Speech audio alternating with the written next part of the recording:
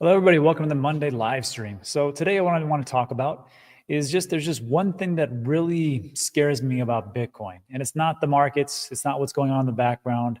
It's not the FUD. It's not the probabilities of hacks of quantum computing. It's a whole lot different. So let's just go over that real quick, and we'll try to make this kind of quick and spicy. So first of all, in the broader sense of about what's going on, I know there's a big thing that's hanging over the market, traditional finance's head, which is this all a bubble, especially with AI? They're taking a look at it and saying like, hey, these different AI companies are all funding each other. At some point, they will collapse. And of course, Michael Burry from The Big Short fame came out and said, look, I'm going to short the heck out of this.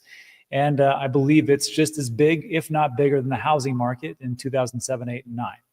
So because of that, CEO Jensen had to put out a 7-page letter where he defends the finances and just put it out there for everybody to read. Now, unfortunately, I try to get my hands on this, but it said it's an investor letter and a publicly released investor letter for general investor access. Because it was a private communication, a public link is not available. News reports indicate the memo addressed specific claims made by skeptical investors, including those from Michael Burry. The key addresses Michael Burry's claims regarding AI public fears and emphasizing structural demand and the probability that the chips that are being produced are actually profitable and will make it outside of 2 or 3 years. So if there's an AI bubble, let's see if it all pops. But again, that isn't the whole crux of our whole market. Now, it will damage us in the long run as far as like price action short term. But as far as like long-term, what does that have to do with Bitcoin? Well, it's just a contagion type of effect. And I'm not really too much concerned about it right now for the long term. So we have that. And then also Ray Dalio was on Squawk Box on CNBC, and he came out and said that he owns Bitcoin, like 1% in his portfolio. But he says, unfortunately, he goes, I don't know what's going to happen with the US government or governments around the world. It won't be a reserve currency because it can be tracked. And of course, because of that, then all the Zcash people came out and said, this is great because get Zcash. I'm still not buying that whole narrative. Sorry. But he did say, he goes, there's also a big problem with Bitcoin itself being hacked because of quantum computing. And they asked this to Adam Back, who was one of the original Bitcoin developers. He says, no. He goes, it can happen, but for the qubits and the processing speed and power, we're like 20 to 30 years away from that. And he stressed that Bitcoin doesn't have to wait passively for that day. Because this is the problem with this quantum computing issue, is that we keep talking about it, and then someone will say, well, who cares if Bitcoin gets hacked? Because then all of the different banks will be hacked. And that's actually that is true, but it's much easier for the banks to upgrade their password and however they're going to make themselves quantum resistant for people to get in, maybe 2-factor authentication. It has to go sweeping across the board. Or maybe there's some new probability they have, but apparently from what I've read, that's much easier. We can do this with Bitcoin right now, apparently. And he states NIST has already standardized quantum secure signature schemes such as SLHDSA, and Bitcoin can adopt those tools through soft fork, not hard fork, soft fork upgrades long before any quantum machine poses a genuine threat. Why can't we just do this now and just get it out of the way? I don't think it's much to concern, especially if it's 20 or 30 years.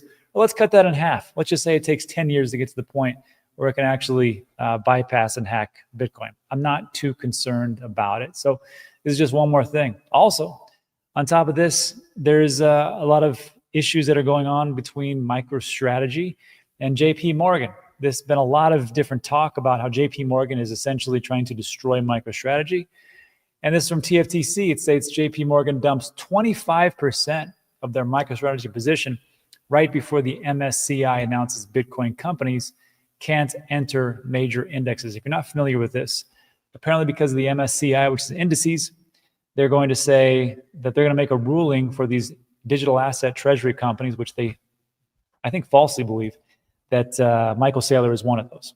And that's going to come to a head towards the end of December. And then by January 15th, we will actually have a decision of 2026. So if that happens, that means that all of those wealth funds, all those hedge funds, all those retirement accounts that were passively investing in the MicroStrategy go away. So what happens? Well, we talked about this yesterday. Michael Saylor said, hey, I've got 70 some years of reserves to deal with this. but I don't think it's such a big problem. I think what will happen if this does go down is that to unwind that, maybe MicroStrategy will go down, but they're saying that he won't sell. So we'll see if that's true. But again, that's not so much the big thing. And then this is what it came down to, because Simon Dixon was asked about this and the JP Morgan issue. And he put a long letter out and he did a video on it, but thankfully Burns summed it up like this. I think this is the best thing we can do. In short, MicroStrategy was once seen as a Bitcoin hero, but because it borrowed billions from banks, it's become a weapon that Wall Street can use to scare the market and crash Bitcoin's price temporarily. So the only safe way to hold Bitcoin is in your own wallet. That's it. I think that's the easiest thing. Everybody tries to make this so complex, and well, this and this is happening, and then we're going to short here, and then December, and then October 10th. And to be quite honest with you, the best thing I've done is pretty much ignore all of that and just hold on and buy, and then sell when I need to take profits. That's one of my rules, and it's worked out pretty well so far. So we have those easiness. That's only simple as I can possibly make it. And then as far as like the good news, I mean, we've got some ETFs coming up. Looks like Dogecoin Trust. Does that happen already? Yeah, it's November 23rd. The delay amend launch date, 23rd. XRP ETF, Doge ETF, and the Chainlink Trust, which will come out on December 2nd. That's Grayscale Chainlink Trust. It's not an ETF per se. So you got Doge, XRP, and Dogecoin. Great news. I like that. And then also, speaking of altcoins, Cardano just had a blip, and it looks like it's actually went down for a bit. And it looked like there was a fork of Cardano, and it came back up. And the reason why is because some ex-developer decided to play around, and now he's going to be investigated by the FBI. This is what's happening if you haven't heard about this. According to a new report from Intersect, an organization supporting Cardano's continuity and long-term development, this incident, which is where the Cardano blockchain went down, was triggered by a crafted, malformed delegation transaction on November 20th.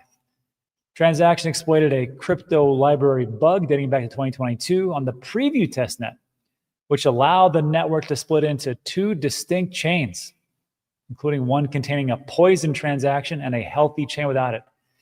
I gotta tell you, it's amazing this actually happened.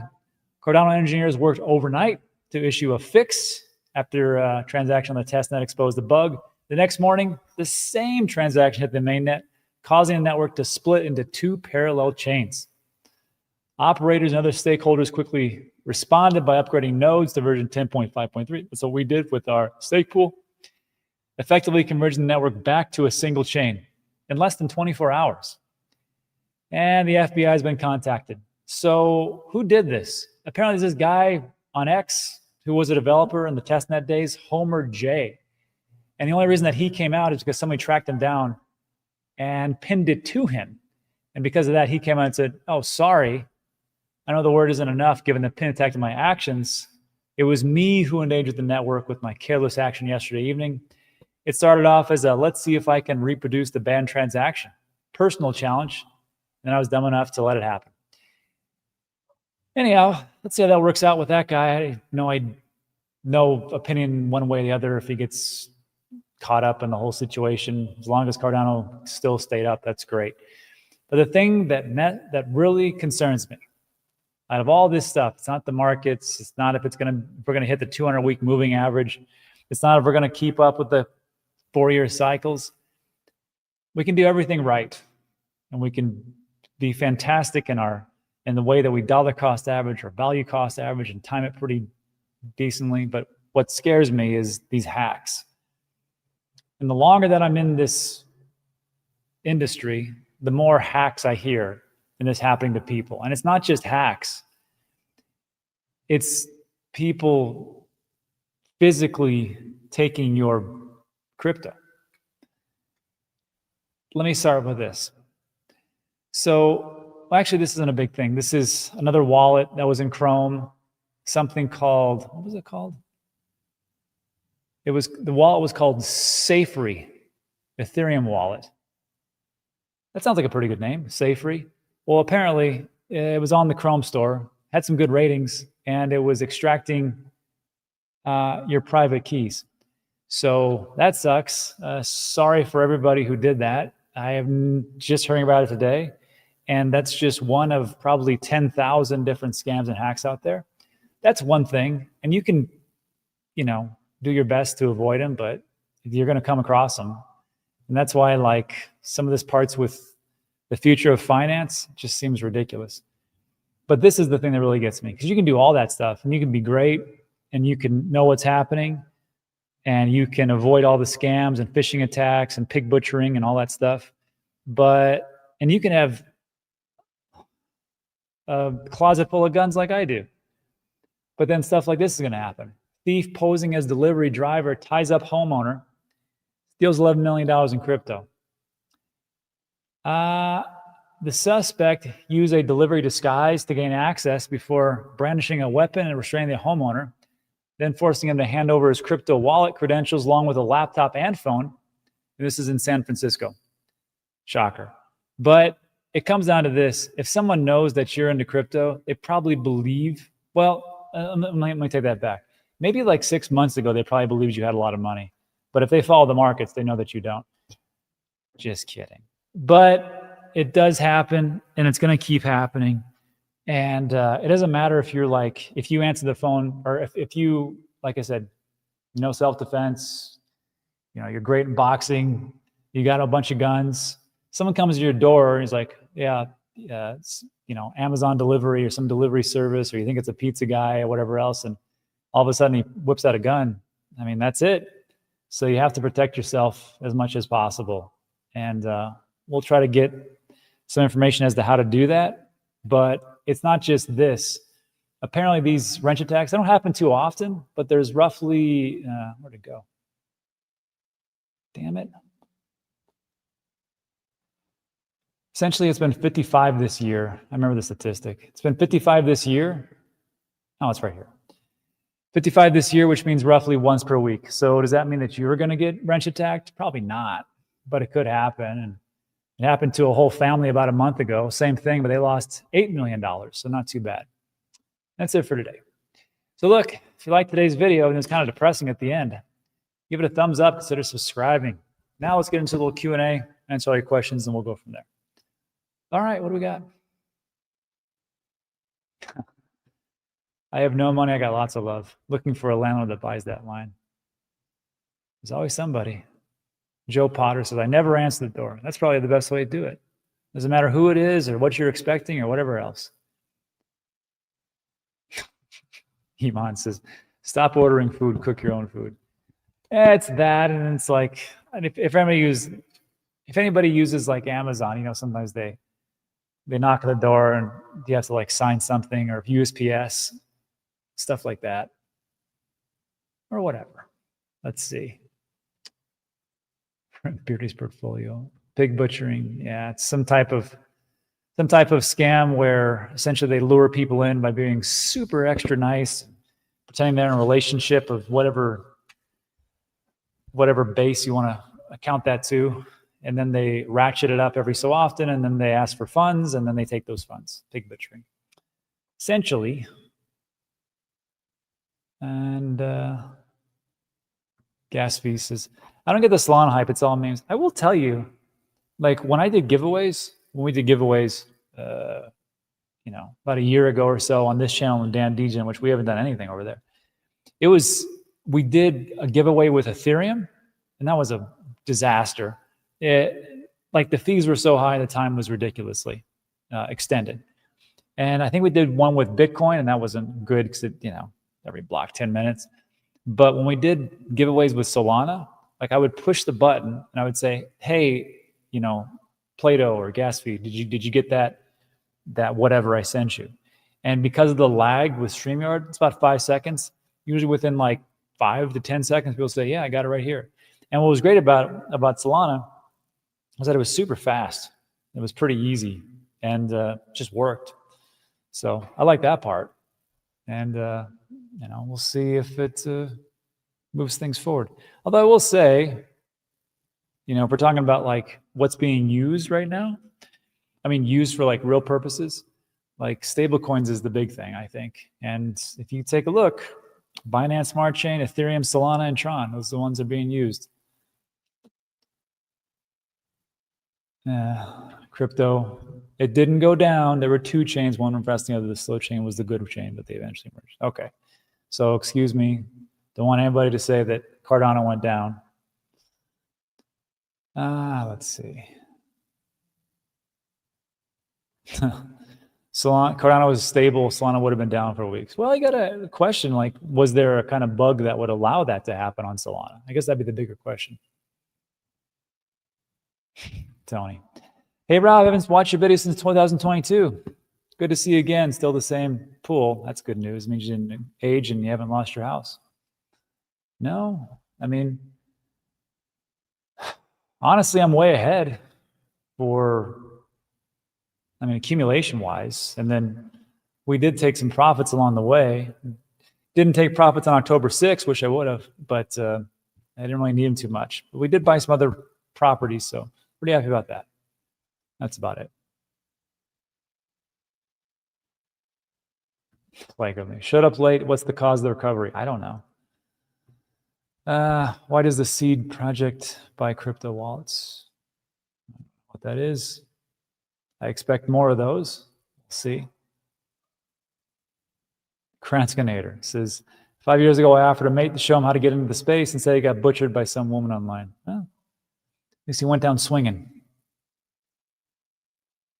Does Tron have a chance? Yeah. I mean, take a look at, I mean, how it's doing this year. It's not too bad. I wonder.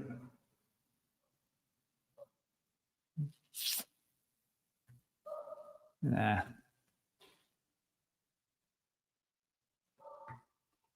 Solana is slow and expensive because of the Bitcoin Lightning Network. Sure. Hey, Rob, thoughts on rumors on government buying stake in MicroStrategy? Just a rumor, so it's anybody's guess. Rumors are great because you can just say, this is just a rumor, and then you can talk about it, and then when it doesn't come through, you're like, hey, it was just a rumor. But if it does go, if it doesn't come out, you're like, I knew it the whole time. It's pretty awesome. It's kind of like that, the M2 money supply. Remember when everybody's talking about that, myself included? Like, well, it's M2 money supply. And of course, what happened to the price? But there was a lot of things going on behind the scenes. I mean, there was a government shutdown. The ATG account kind of much swelled up because there wasn't a government that was open to actually push out the liquidity, so everything kind of dried up. And then, of course, October 10th happened, and there was a bunch of liquidations, and there's somebody who's selling like every day at like 9:30 or whatever it is. And it sounds like that is a market maker that has to unwind because they got stuck, and they're down majorly, but who knows? If you feel payments and stablecoins are the way of the future, why neglect Ripple, Lab, USD, and XRP? What's the volume? How much are they doing? How much are they really doing? So let's take a look here.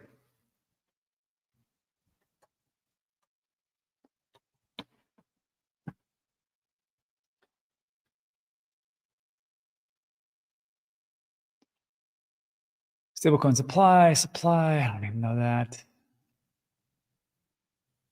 Active addresses.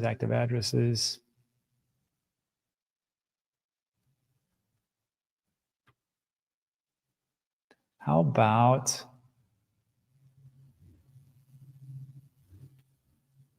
okay, so here is all the stablecoin volume. And we can see that as of November 1st. Oh, it's a monthly. Okay, we'll just take the monthly. So Ethereum is 171 billion, Tron 78 billion, BNB 14, and Solana 13. That's why I'm always saying the best. Binance, Ethereum, Solana, Tron, BEST. Arbitron pretty close. Space, Polygon, Plasma, Avalanche, Aptos, Ton, Mantle, OP. And here's Ripple, all the way down here at 217 million. That is sad. For all the different integrations that they say they have with the banks and how they're working really closely with them, and they're doing all these, I mean, it seemed like they've been testing out this whole thing since 2017, 2018, whatever it was. And it's still at 217 million. I mean,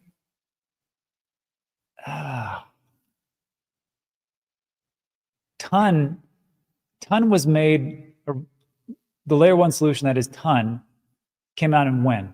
2020, 2021? And it's beating it. Aptos, Avalanche, Plasma, Polygon. So anyhow, that's what I base it on. I just don't get why everybody talks about how great XRP is and there's no volume to it whatsoever. Yeah, and everybody's working closely with the banks, right? Everybody's working closely with the bank. You just wait. I don't know. Zcash. All right. Somebody ban this guy. His name's UbaView832. No, I'll do it. Don't worry. Let's see. Ban user. No spam here. I have no problems banning. Well, I have no problems banning spammers. If you want to say like, you know, negative stuff, that's fine. That's what's called freedom of speech. Well, I'm humble. I don't know what the expert part. Wintermute, yeah, the big market maker, I think that's been selling. You know, there was rumors about Wintermute suing Binance, and that kind of got tossed out the window. So, it's a good question. Reversing the trend. Rob, you doing only Bitcoin this next bear run? I know I am. The few top 10 tokens I bought did nothing in 5 years. I mean, so far that's what it looks like, but you know how that sentiment can change. But yeah, I mean, my portfolio was 75. Now it's like 80% Bitcoin because all the rest of the altcoins just kind of died out. And I'll be okay. But maybe so. Nah, it's not going to be just Bitcoin because we have to get these stables out. And the stables, I still think it is a killer use case. And I think for the stable coins to work and to be used, I mean, they're just in the Genius Act. So, I mean, if we're going to use stable coins, which have to be backed by T-bills, coins, money, we need a layer, an actual rail to put the stable coins on. And those could be no problems with doing that in any of Ethereum layer 2s, Ethereum itself, Binance, whatever. I don't care.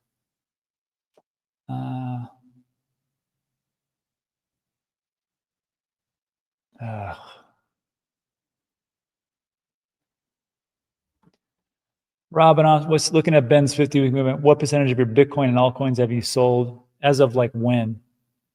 Like as of like today? Like I didn't sell any. Like as of like this last 6 months, I didn't sell any.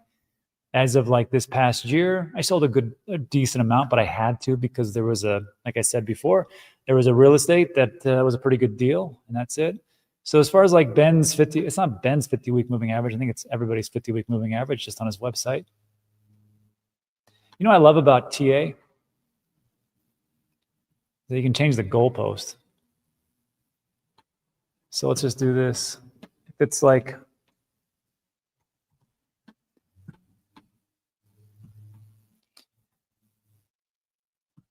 so Ben talks about is not the 20-week SMA, but like the 200-week.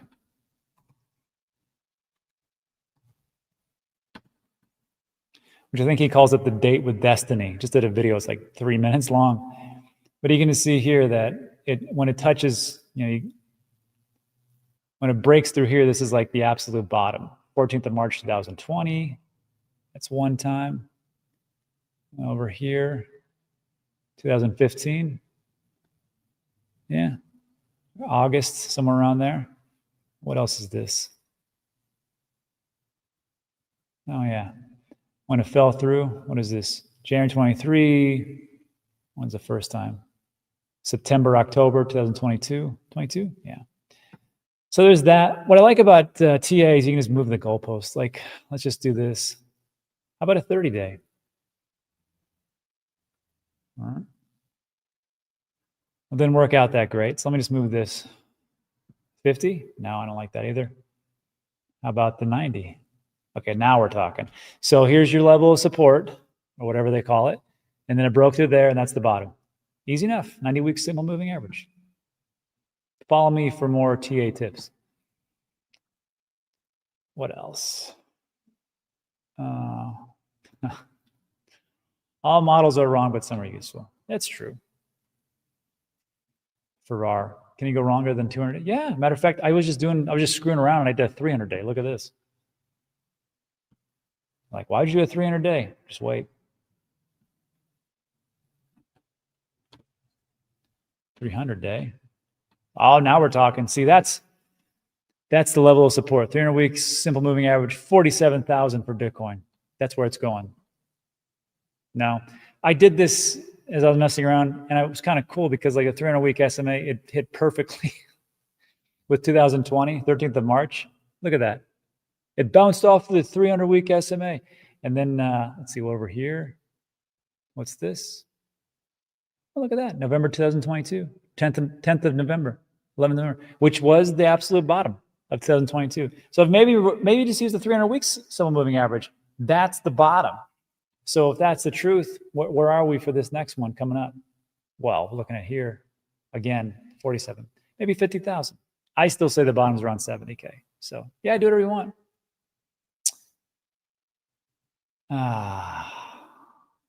Will the tourists return? Probably not. Probably all sick of losing, which I don't blame them. By the dip. What don't you like about TA? Well, it's not I don't like it or I like it. It's just some days I just look at it and I'm like, okay.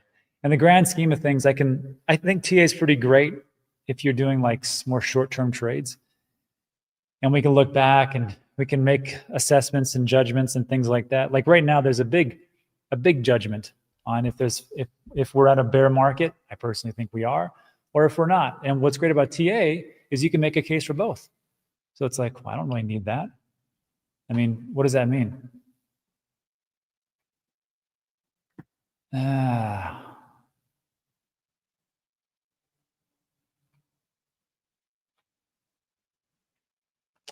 Not trying to bring politics into space, but shouldn't Trump pump the crypto market and the stock market to the upcoming midterms to maintain or increase seats in Congress? Well, we have a full year before we get there. And thankfully, we have some pretty short memory across the world. So look for a big pump maybe towards the middle of next year, maybe June, July, somewhere around there. Yeah, shoot. TA is astrology for crypto bros. Don't ever say that to TA people because they'll be like, well, I'm right 54% of the time. Sounds good. 100% prediction record. Nice. When the tourists return, they won't be Canadian. Oh, thanks, Krantz.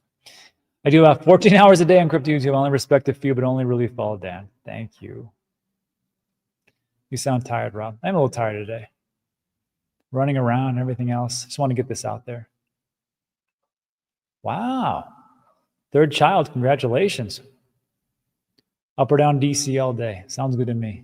And that's just it. Like, I'm just going to leave it there. It's a good point.